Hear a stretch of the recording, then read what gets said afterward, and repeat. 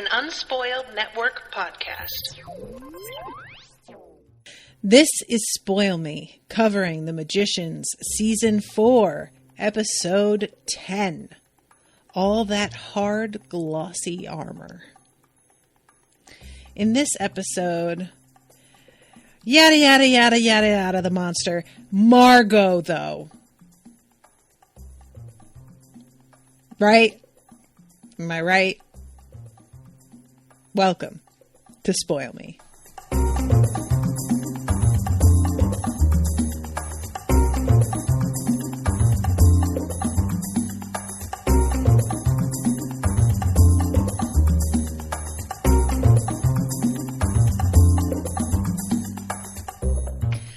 Welcome to the show, everyone. I am Natasha.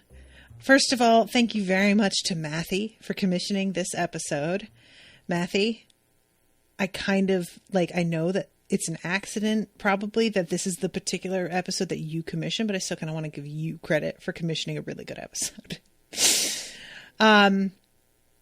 Y'all, has Margo ever been more relatable? Oh, God, you guys.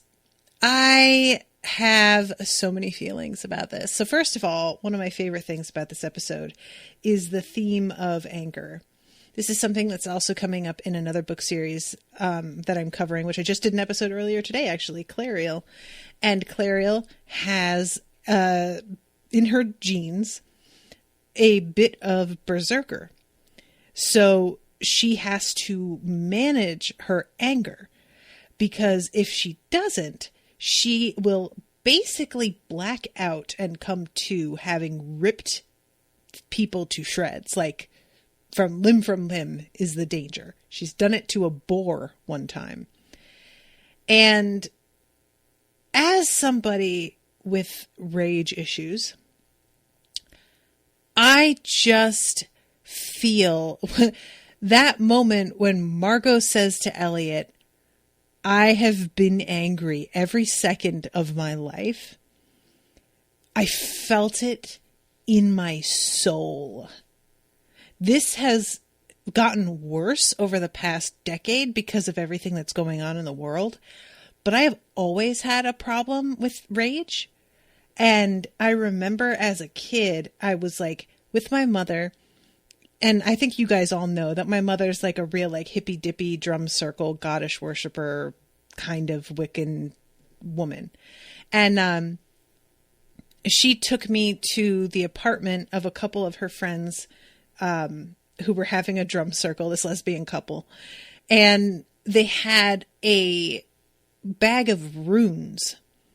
And we were doing a thing where you would like take out a rune to that would symbolize basically a lifelong characteristic or struggle or whatever. And the rune that I drew was anger. And it was one of those moments where I don't buy into that sort of thing like most of the time. But what made me realize that it was right was when I saw that it was the rune for anger. I used the little book to like translate it. And I got so freaked out that I didn't even want to say what it was out loud. My mother came over and read over my shoulder and went, anger, ooh. And I was flipped out at feeling like this fucking bag of runes was reading me for filth with a word. And also my mother sort of going, ooh, like it was a fun thing. And my immediate reaction was wanting to belt her in the face. And then realizing, oh God, it's true. It was just one of those things where you're just like, oh. And it's so true that as a woman, we are often not allowed to express anger.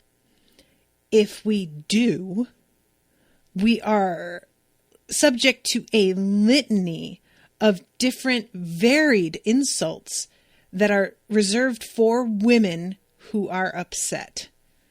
You know, there's the low grade ones like nag. There's harpy and shrewish. There's bitch. There's cunt.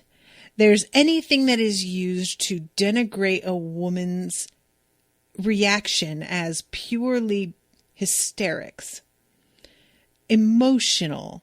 As if emotions aren't valid. Emotional is often used with this sort of subtext as if to basically undermine whatever it is. If you say, well, they're just emotional, it's like, don't pay attention to it. It's not real. It's just emotional kind of thing.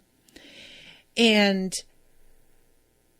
that is part of, I believe, my struggle with depression, is having this constant low-level bubbling rage that I can't let out because it's too destructive.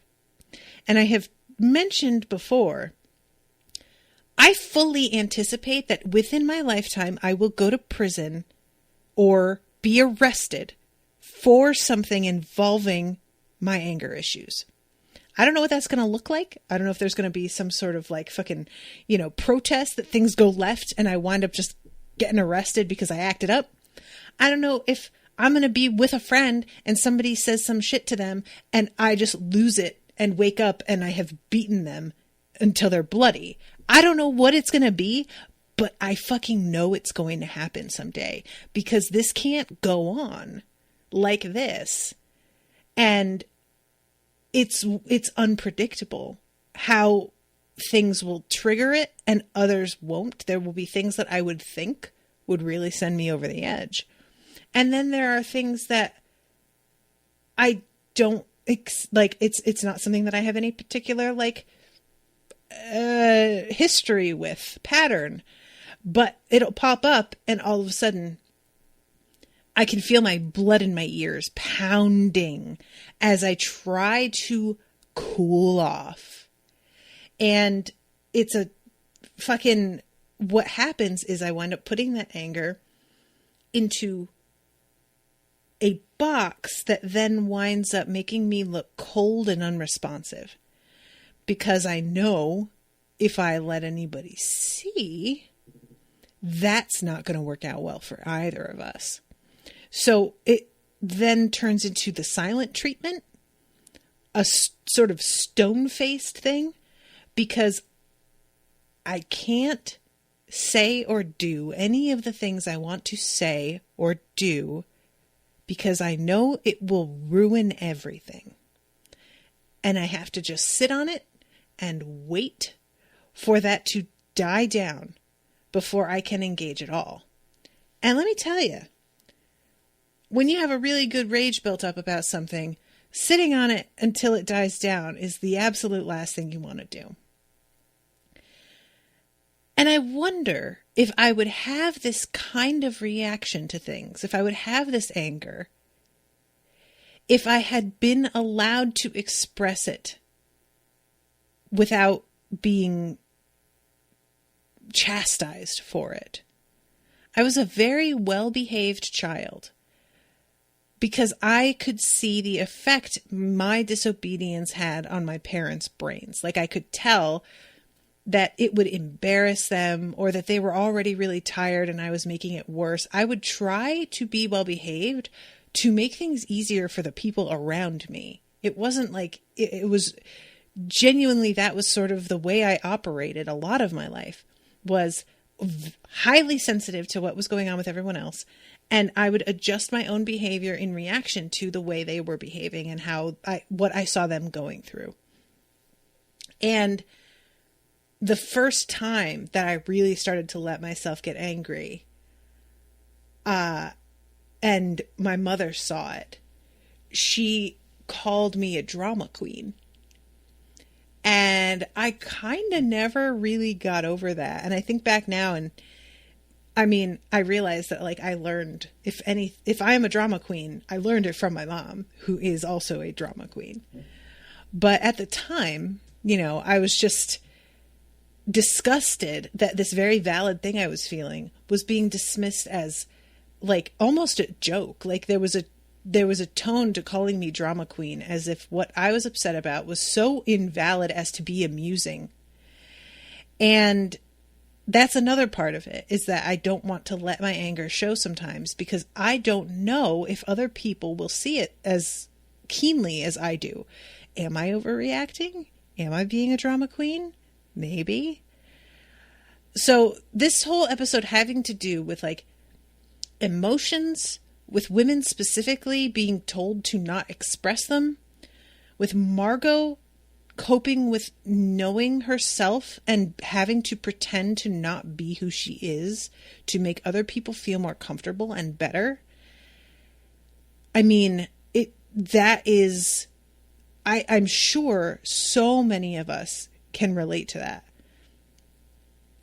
But like my personality has felt the most like Margot's as I watch this show and I pick somebody to identify with. She has been the one. And this pretty much cemented that for me, that I was like, well, guess I'm Margo. I guess that I have and even her talking about like her father being great and loving her and being supportive and telling her that she could be whatever she wanted. And then she does.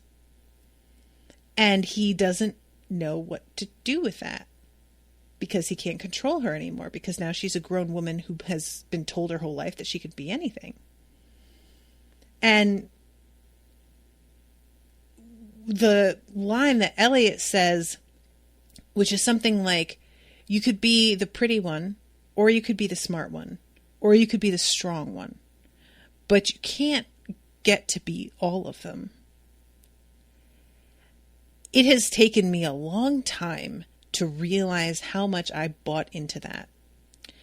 And it has taken getting older and looking back at situations as a teenager and in my 20s with new eyes to realize how many times I was being underestimated because of how I looked. And it's not just how you look by default. It's not just, this is what my face looked like, this is what my hair looked like. There's also how I dressed. I liked to wear showy, revealing clothing because I like it. And I looked great. But because I would wear that sort of thing, people would assume a lot of things about me. And at the time, it was very difficult to understand why I would get shamed for wearing what I wore. It was like a frustrating thing where I was like, I look good though. What's the problem? And it hasn't been until the last 10 years that I've realized how much weight there is for women on the way they choose to dress, and how many people think they can really tell everything about a person by what they're wearing. And all that you can tell about a person by what they're wearing is that they are wearing that thing. That's literally it. And, you know, I recently rewatched Hustlers, and a lot of the outfits the girls are wearing throughout that movie is shit that I absolutely 100,000% would have worn. 1,000%. And I looked great. But I then had to prove everything else about me.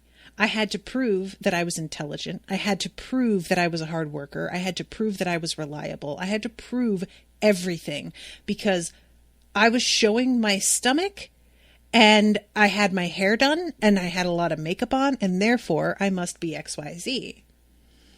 And I think in some ways that's part of why I began to put weight on, was like there was this subconscious hope that maybe if my body wasn't so distracting, people would take me more seriously. And Margo, like, I can only imagine, because, you know, with, like, obviously she's a character, but taking her as a character who looks the way she does, she looks like a goddamn supermodel. She's one of the most beautiful people I've ever seen. And I mean, anybody who looks like that knows what it's like when you say something intelligent to a person who doesn't know you, And they give you a look that clearly means that they are reevaluating you. There's a fucking expression that comes up as they take the box they had put you in and they're like, oh, I guess this doesn't apply. And then they sort of have to like keep an eye out and decide where to put you now because they thought they knew. And I guess that doesn't quite work. And it's just a weird, like, it's a weird sensation to see it in action because people don't realize how transparent they are. They don't realize how much they show of what they think of you on their face. And I just had that happen like so many times, and especially like out at bars and stuff with dudes who would just approach me because I looked away, and they would come at me with these sad one-liners that I would kind of call them out on and be like, so XYZ, is this what you're really coming at me with? And they would always be like, oh, I kind of thought that was going to work because you look like this and you must be an idiot. And I didn't get it at the time, totally what they were doing with that face, but I knew they were probably not that smart if they got that expression because they weren't ready for me. And that was part of my like weeding out process, basically. It was like, are you going to accord me the respect I deserve by default, or do I have to prove something to you for it? Ashley's in the chat. I went through something similar. I never cried in front of my dad. The first time I got legitimately upset and bawled in front of him, he told me to stop using those crocodile tears. They're not going to work on me. Ooh, I'm sorry, Ashley. Like, there is nothing as hurtful as a person that you thought you could trust behaving as if you are trying to manipulate them with a genuine show of emotion. It's a couple of layers of insulting where it's, wow, you really think that little of me? You really think that I guess I don't experience loss or emotion the way that you do, or like, and that I would essentially lie to you that way? Like, what do you think I'm trying to do here? You know, sometimes I wonder if people who do that sort of thing, who say that, are really just projecting. If they are the kind of person who doesn't like genuinely display emotion and is a manipulator. And maybe when they see you doing that, they assign the motivation to you that they usually have because they can't comprehend that maybe you are just being genuine right now. But anyway, I'm getting way ahead of myself here. I just really love this episode so much, and I love Margo, and I love everything. So, okay. When we start, we aren't even with Margo. We start off back with Quentin and Julia and Penny. And the end of the last episode, Penny had been like, hey, he's not rebuilding his body. It's way, way worse than that. And it turns out he's rebuilding his sister's body and trying to bring her back to life. That's the girl he thought was a sacrifice to summon Enelias, but he wasn't. Enelias and the other gods killed her. They chopped her up and turned her into 4 stone organs. And if he got prison and she got the death penalty, I'm guessing she's the bad one. Till he remembers he won't go looking for Enelias. And then we cut to this bar. And there's a girl sitting at the bar who has the same look that the monster has. Which I wonder if that is purposeful. Because the monster, he's very drawn. You know, it's Elliot, but they've done a lot to his look. He's got the look and expression of somebody without much hope. There's a sort of desperate hollowness to him. His hair is really greasy and has this look like he hasn't bathed in fucking who knows how long. He's wearing a Winosaur shirt, which I love how the show keeps putting this like terrifying dude into these weird, hilarious shirts. And he comes and says hi to her, and she says, if you want to talk to me, the price is a drink. And I love how he says to the bartender, one drink. Like, he doesn't know what to order. He doesn't know to ask her what she's drinking. He's just like, I don't know. You guys will figure it out, right? So he asks her, he says, I have a question. She comes back at him with like, no, I don't come here often. No, I don't. Yes, I have plans this weekend. And something like, no, I don't have a boyfriend, or yes, I do have a boyfriend, whatever. And he says, why does this place smell like death? And she sort of smiles. This is not what she was expecting. And it turns out that this is a bar right next to a hospital. So probably there are doctors in here, and probably there are people like her. She is a patient, and she has found out that she is sick, and the treatments that she has been getting are not working. And she's got 2 to 3 months left to live.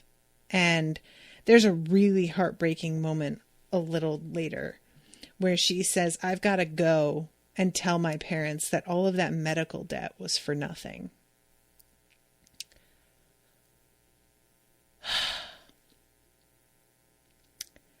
Rage building. How did we let it get like this, guys? I know that's not what this episode is about. How did we let it get to this point?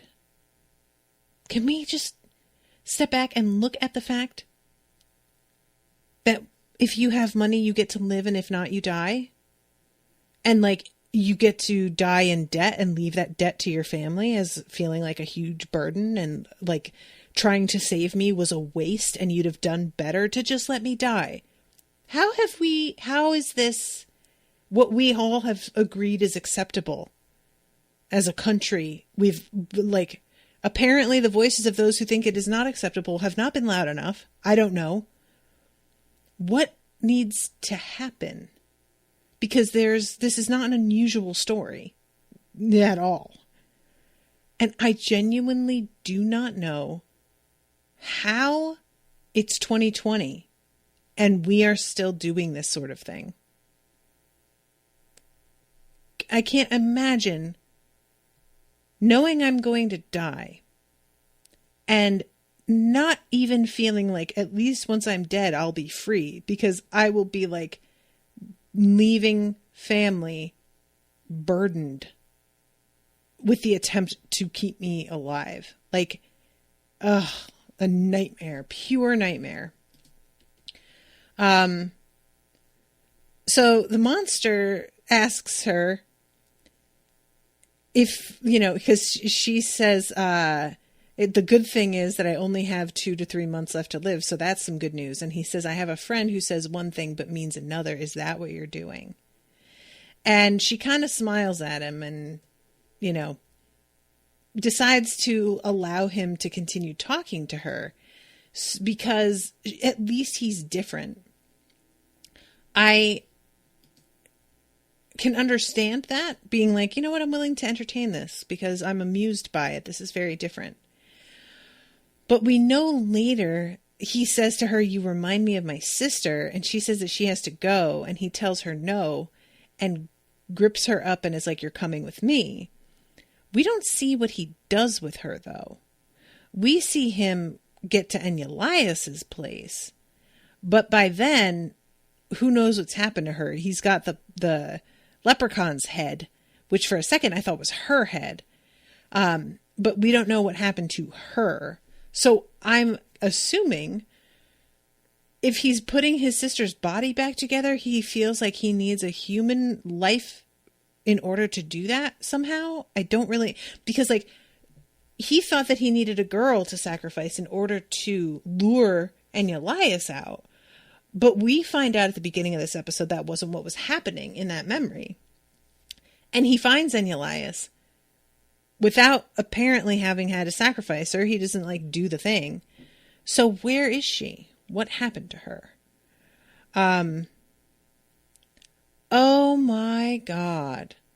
Austin Ashley just said a bit of jumping ahead, but did you recognize Elias? It was Renly. Thank you, Austin, because I kept being like, this guy looks familiar, and then being like, nah. He's got one of those faces that's like ordinary enough that I kept thinking that I was wrong.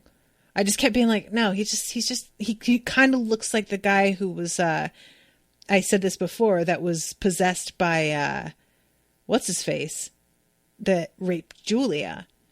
But that's it. It's just that he kind of looks like that guy. Oh, that's what it is. I also thought the leprechaun was Luna Lovegood, but she wasn't. No, definitely not. Her eyes are not big and pale enough. But anyway, the whole thing with the leprechaun, I mean, we can pretty much cover that because there's very little that I care about going on right there. It's just sort of an obstacle before we really deal with the monster. But they find out that in order to find Elias and warn him, they need to get through his like leprechaun protectors. And it turns out that the leprechaun just looks like a regular woman who has an Irish accent. And she is laughing at the fact that they think that she's going to be like a tiny little person in a top hat. And there's like an escape room kind of thing full of a bunch of different obstacles that they have to get through in order to get to Elias. And Elias, for his part, is not taking this shit seriously at all. And they're over here just trying to do him a fucking favor. Like, they don't need to do this. There's no particular gain for them if Elias gets killed, other than it's like, or if Elias survives, other than it slows down the monster.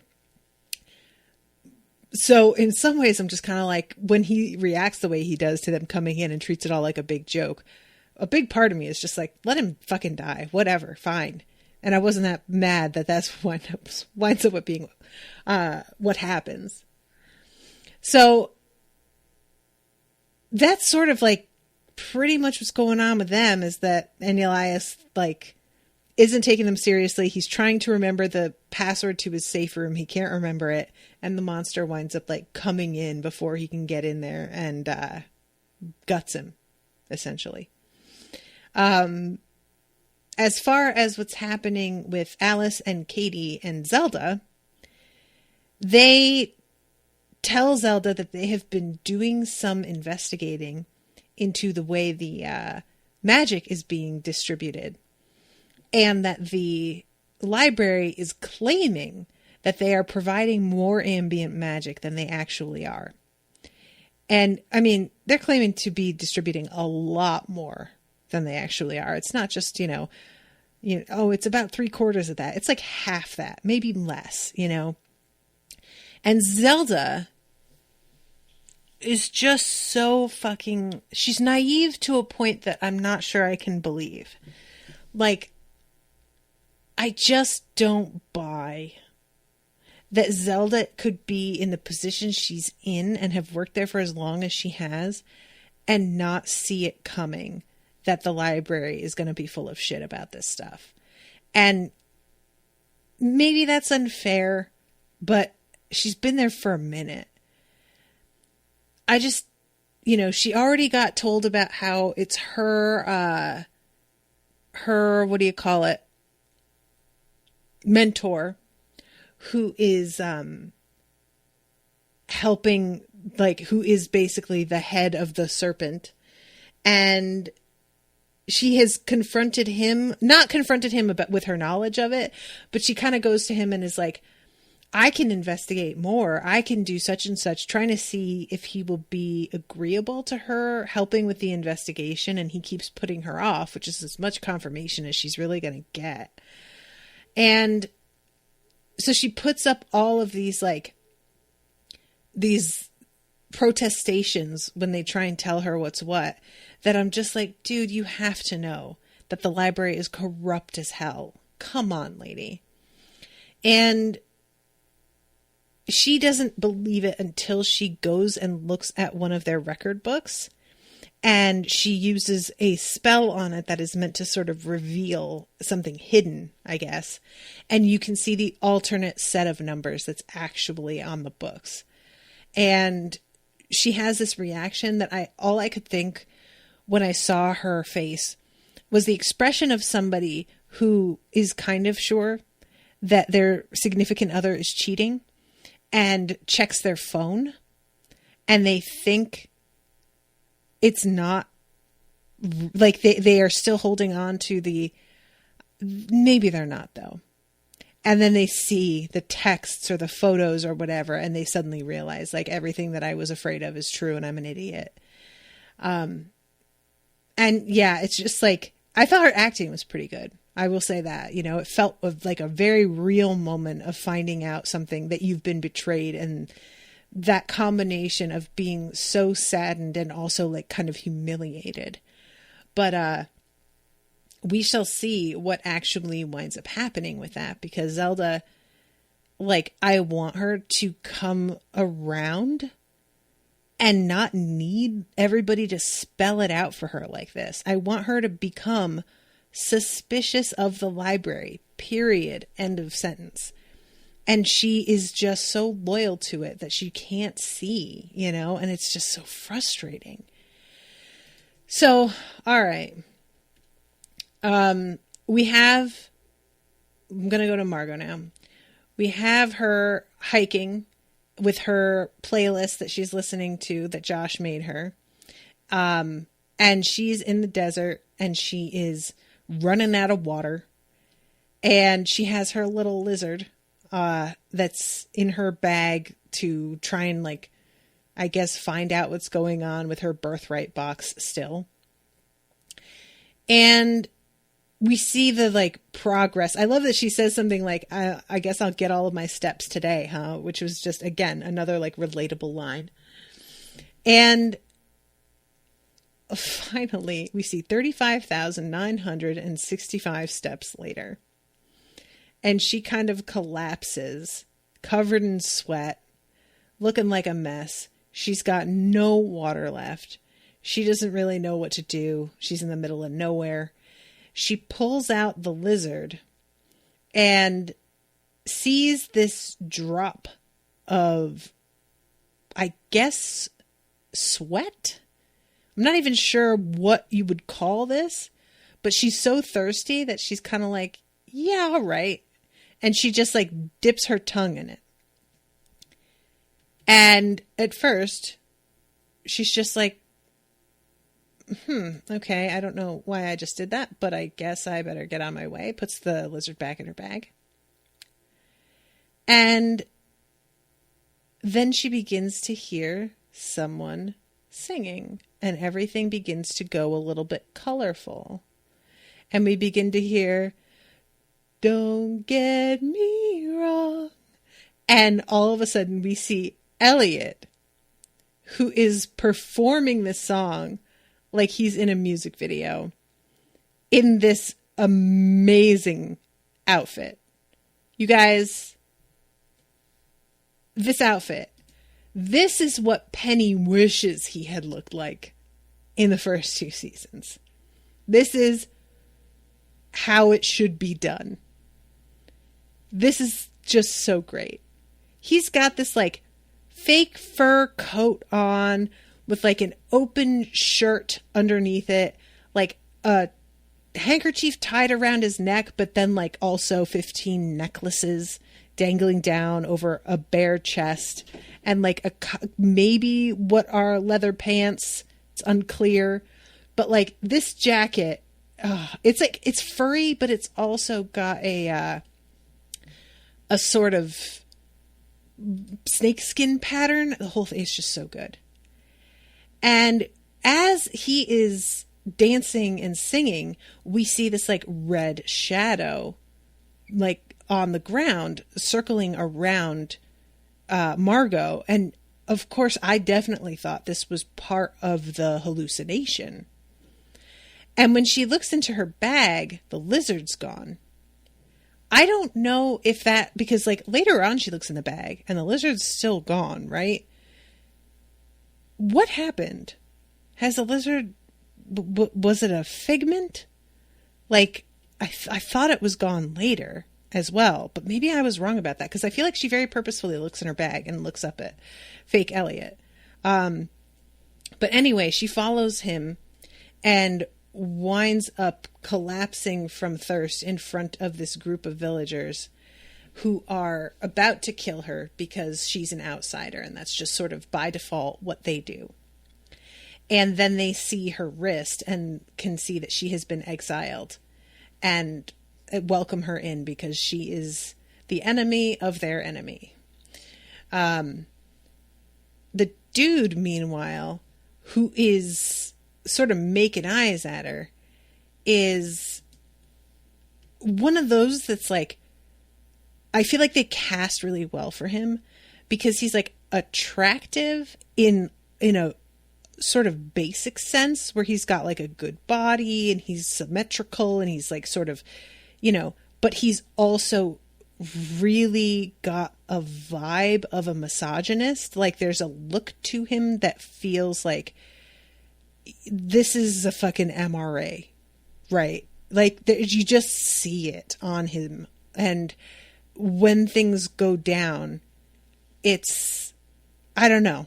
I really liked that casting. I thought they did well there. He's just like the exact sort of douchebag that if you put a pair of like sunglasses, like wraparound sunglasses on him and took his photo and had like a racist comment on Facebook next to it, you would be like, oh yeah, that tracks,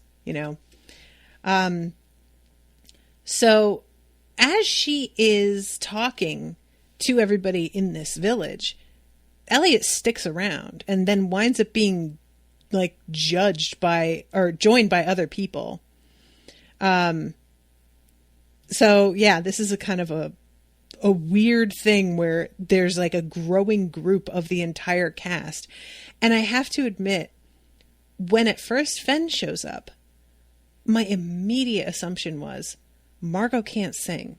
They brought Fen in because they needed a woman's voice and they needed to make this work.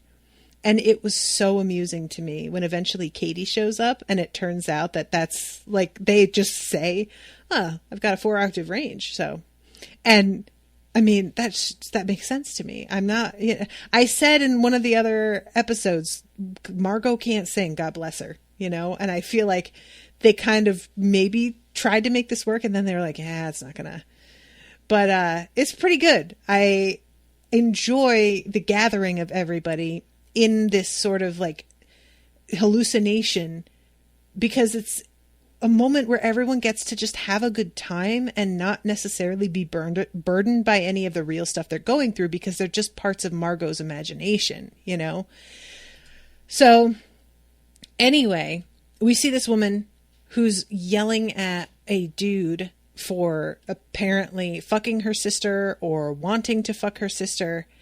And as she gets more and more emotional, the like leader of this clan, one of the leaders, a woman, says that she needs to quiet down. And all of a sudden this like red smoke comes out of nowhere and goes into this dude who like pushes her aside to protect her, allegedly. And the man who had been saying that they were going to kill her before they stopped him comes forward with a couple of what look like stone pickaxes, drive them into this guy's chest on either side of his heart, and the spirit comes out and the woman runs forward and captures it in a bottle. And later on, when Margo is talking to her about this, she says that there is no way for these spirits to be killed. So we will imprison them because, that's the best we can do. And it's a really like, the way this woman talks about it to Margo is to try and say like that these things prey on women specifically and that the men are here to protect them. And in the background, Elliot is saying all the, like, that really makes for some compliant women. And you can see that Margo feels that. Like, she gets a look on her face, but she kind of tries to control herself. And decides that she is going to play the dude who is in charge. And he is... It's an interesting thing because Elliot keeps sort of singing when he's around her. And it will turn out that he is singing songs that are relevant to whatever it is that she's going through at the moment. So he begins to sing that "Here I Go Again on My Own," which is apparently a song that would like play in her head whenever she was working a guy, as he puts it. And what's sort of weird, she says something about how like that's because it was a song that was playing when she gave a guy a hand job so that she could go for a ride in his Ferrari or something like this.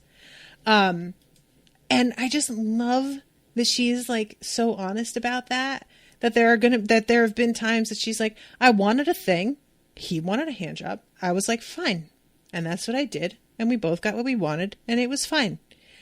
There's no apology. There's no like, oh, what a bad decision on my part. She was just kind of like, yeah, it didn't hurt anybody, didn't harm me, didn't harm him. It was fine.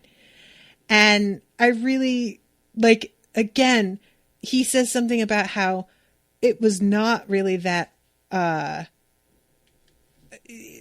it wasn't really that like romantic or something, because her father comes out and catches her because the car was parked right in the driveway. And again, with things that she has fucking done that are relatable. Y'all know, right, about the story about how I went and got in my boyfriend's car that was parked in the church parking lot across the street from my house and got half naked about to have sex with him in the car. And the cops came because they saw a strange car parked in the church parking lot. And they, like, I was right there. My house was right there. It could have been a big problem. And luckily, I got out of it. But, like, being caught by parents, fucking story of my life.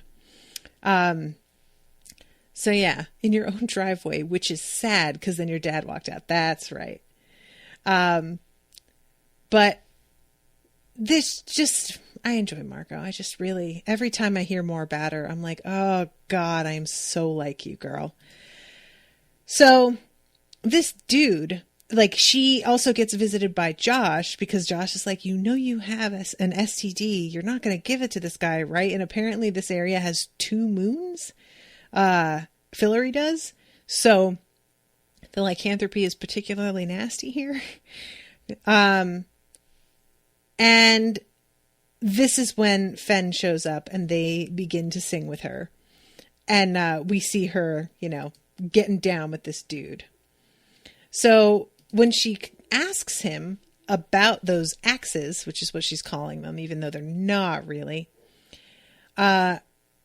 he tells her that what you have to do is gather every single black grain of sand and separate it from all of the white grains that are on the ground and fill a bag with them. And then you use those grains of sand to... Guys, this is such a good analogy. I just can't.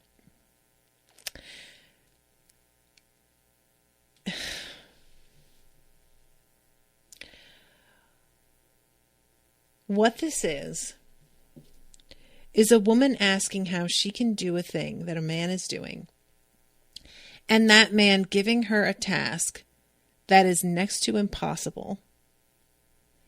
I 100% do not believe this is what he did to make these.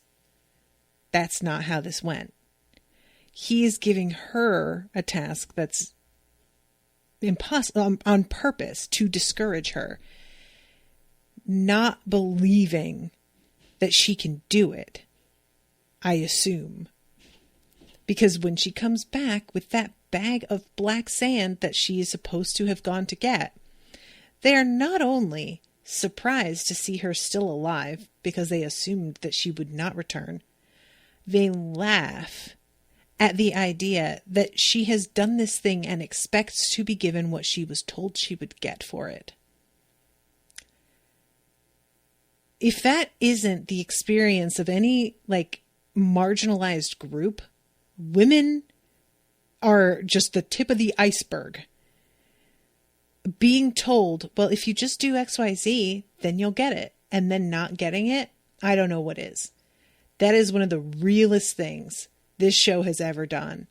And it's so, like, the tone of them laughing when she comes back, when she says that she wants these made, is so perfectly on point. It's this, like, laugh of not just, like, it's the laugh that you give to a little kid who believes something that they saw on a cartoon is real. Like, oh, honey. As if you didn't say to them, as if that wasn't your advice that they do this thing, which just adds such insult to it all. You know, it's just, ugh, it hurts. It's so well done. So she goes off on her quest, and as she heads out, she is being followed by Josh and Fen and eventually Katie, who can sing like a motherfucker, to be fair. And eventually Dean Fogg pops up. And it's just a really good moment when she looks at him like, what the fuck are you doing here? She has like a smile and eventually says, this is too much. And he says, your subconscious thought you needed some wisdom. And she says, you do whiskey, not wisdom. And he sort of smiles and then falls back. I really thought he was just going to disappear. And I was kind of looking forward to that. But no. So everybody is gathered around her, singing to sort of like encourage her as she digs in the sand. And, you know, the evening goes on. She's continuing to pore over the sand. It's getting dark. She's getting exhausted. There is lantern light, and that's all she's using to try to be able to see. I really love that they show us the little grains of sand popping up in the, like dropping down into this bag, like just hitting the fabric, because they are really letting us see just how long it's really going to take before she makes any sort of progress on this of any kind, you know? So eventually she begins to hit a wall. Her mental Elliot begins to sing a lullaby that her dad used to sing to her. And she's talking about her father singing it every time, like every evening, even though he was away on business. He would call and sing it. And he was better than other dads. And he thought I was better than other daughters. And I love that Elliot's like, he saw that what he had raised, a woman he couldn't control, nothing more dangerous to a fragile male ego, to which she says he was the one who told me I could be anything, and I believed him. And Elliot says, he didn't tell you, the world makes you choose. You can be one of the smart ones, or one of the pretty ones, or even a strong one. But, you know, try to be all three.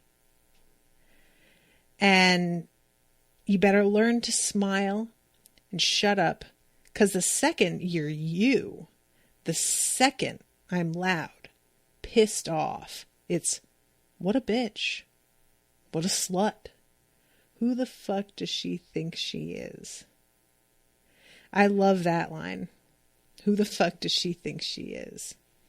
And he says, so you never give them a chance. You hit first, and anyone dumb enough to hit back soon finds out that there's no hurting you, sheathed in all that hard, glossy armor. So that's where the title comes from. And I love that he says they find out there's no hurting you. And she says, then why does it hurt so much? Why does it feel like I'm losing my mind? And this moment of her kind of like flipping out, being allowed to flip out because she is alone with her thoughts and that's it, is one of those like fantasies that I still like. When I was probably a teenager, I thought of how great it would be to have a business where you could go in, rent a soundproof room, and buy a stack of cheap plates. And then you could go into this soundproof room and scream and throw plates and break them. And you'd pay, like $15 for half an hour, $10 for a stack of plates. Go in there and just trash everything. And I think that, like, I saw that that's a thing now. Like, places do that. And I really want to do that. It's like the ideal situation where you can just let loose and have an outlet. And I still regret that I didn't like put on paper my idea and do something with it before somebody else grabbed it up and made something out of it.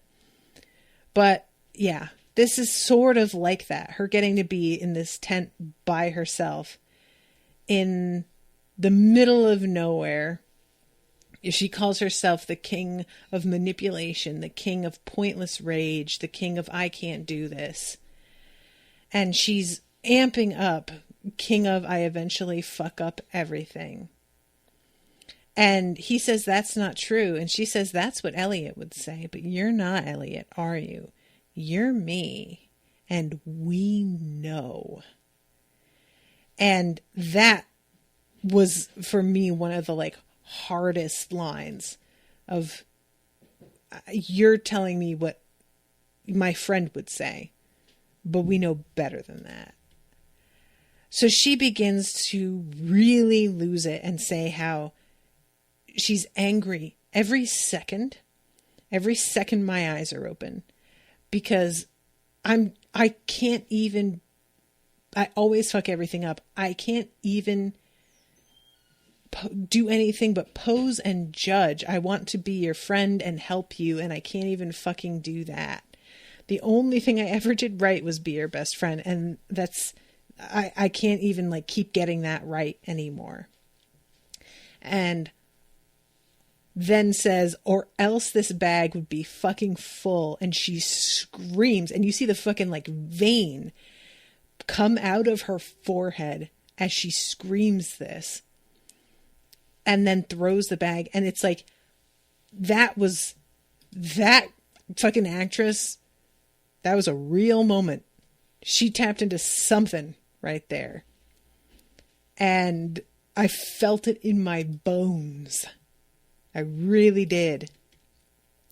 So then in comes this odd red smoke, and it materializes into a woman floating in the air. And she looks very sad and doesn't talk out loud, but we get the hint that Margo can hear something. And later on, Margo goes back to the village, and she's got the bag of sand.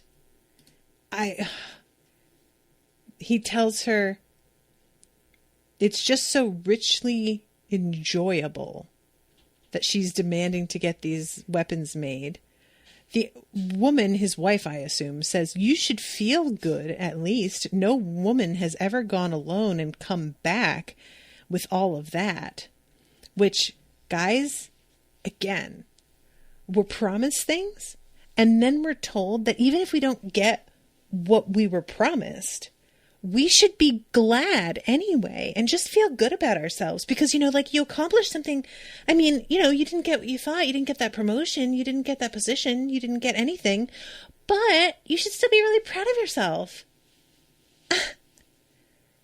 Die. Go die. Ugh. Disgusted. So, and he says something, I can't believe your kingdom exiled you. You're strong, smart, and an adequate whore. And I love Elliot. Oh, yeah, it's a big uh-oh in the background. I fucking cackled. So this is when Margo says, one of those demon spirits, real weird, came out and told me what's really going on. And it turns out that they aren't just like shifty, weird smoke. Maybe it's my fairy eye that allowed me to see her for what she was. But she told me that they're here to help. And we see that this spirit lifted all of the black sand from the dirt around her and poured it into the bag for her. So that's how this worked out, was that it did this impossible task on her behalf. And it's like the, spirit of the ancestors flowing through. And she says that any woman who's sad or scared or upset or angry, these spirits rise up out of the sand to help. And they help by possessing whatever man is causing the distress. They're protectors. And if the problem isn't a man, which I bet that's not often, they do whatever it takes to help women. I love this so much, you guys. I love it so much. So anything that helps these women, it's just not like we're not doing this. So he tries to say, well, you're not going to get to tell anybody about this. To which Margo's like, well, do you not remember? Magic. I have it. And then she basically like chucks him across the room and chucks his bitch across the room as well. And this is when Elliot begins to sing, "There's a storm on the way." And she is popping all of the bottles that have these spirits trapped in them. And it's pretty cool. I really like the effect of the smoke, the red smoke coming out of the bottles. The red smoke in general, I think, is a really cool look. It reminds me of like the Death Eaters traveling, but with a little bit more definition to it and more distinct because it's like not as fast. And she uses the two axes that he dropped that she has now taken. He claims, you can't use these. They're enchanted. But that was clearly bullshit. And she sort of directs the spirit into that one dude who had been possessed initially and begins to like fling these spirits at all of these dudes in the village. And it is like, honestly, very cathartic. And I wish that we got to see more of her taking all of these fucking dudes down. And like, the thing is, maybe the guys weren't aware of this lie, but I like to think they were.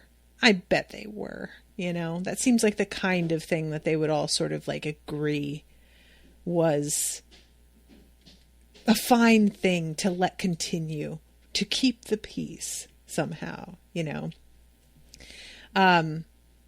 So yeah, we have this like final moment of Margo standing outside of the tents as the spirits swirl above her head. And one of the women asks her if she's going to use the axes to get rid of the spirits. And she tells them, just close your eyes and think the thought, leave my husband. Which at first I thought she was like telling her to leave her husband. And then I realized she means ask the spirit to please leave. And sure enough, it does. That's like what it's for, is to come and help. And if it's not helping, to depart. And as it swirls up into the air, the woman says that she can hear it talking. And I would have loved to hear what she actually said. And I really this is such a good moment of Margo, like teaching them all, like, hey, you can harness this and have it help you, or you can tell it to leave. You can do what you need, but it's y'all are the ones that are in charge.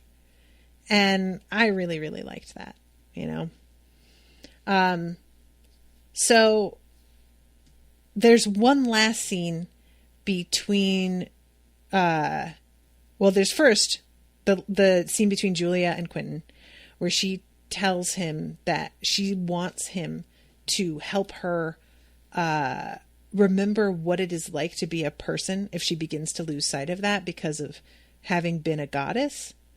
And I kind of like that she lost her shade for a time. So I imagine that's something that she genuinely is afraid of.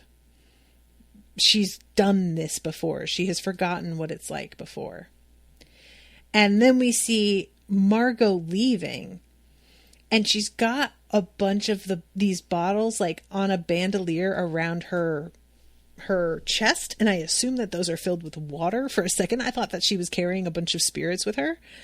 But I think that that's just her being a little bit better prepared for her return to the other kingdom now.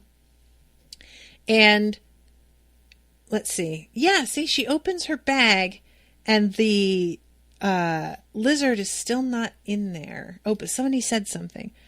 Ashley says, my understanding was that the lizard disappears while she hallucinates. It came back once the hallucination ran its course. Oh, did it? This is the only time that I remembered her looking in the bag. So let's see. She goes up and she talks to Elliot and tells him that she's going to get him back and that she misses him so much. And she's in the middle of saying that when he kind of disappears, like mid-sentence. Ah, yeah, you're right. She opens the bag and there's the lizard again. Yep. Thank you. I totally missed that. And that is the end of the episode. And this is just such a good one. I really liked it. And I love Margo. I do.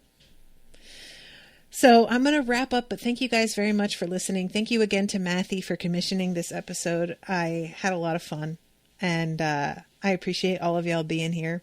And I will see you again shortly with a new episode. Until then, toodaloo, motherfuckers.